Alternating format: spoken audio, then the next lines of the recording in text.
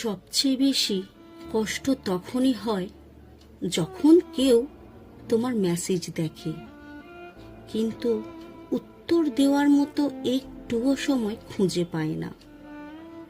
তুমি অপেক্ষা করো, বারবার ফোনটা হাতে নাও, হয়তো একটা রিপ্লাই আসবে ভেবে, কিন্তু না, শুধু সিন লেখাটা থেকে যায়।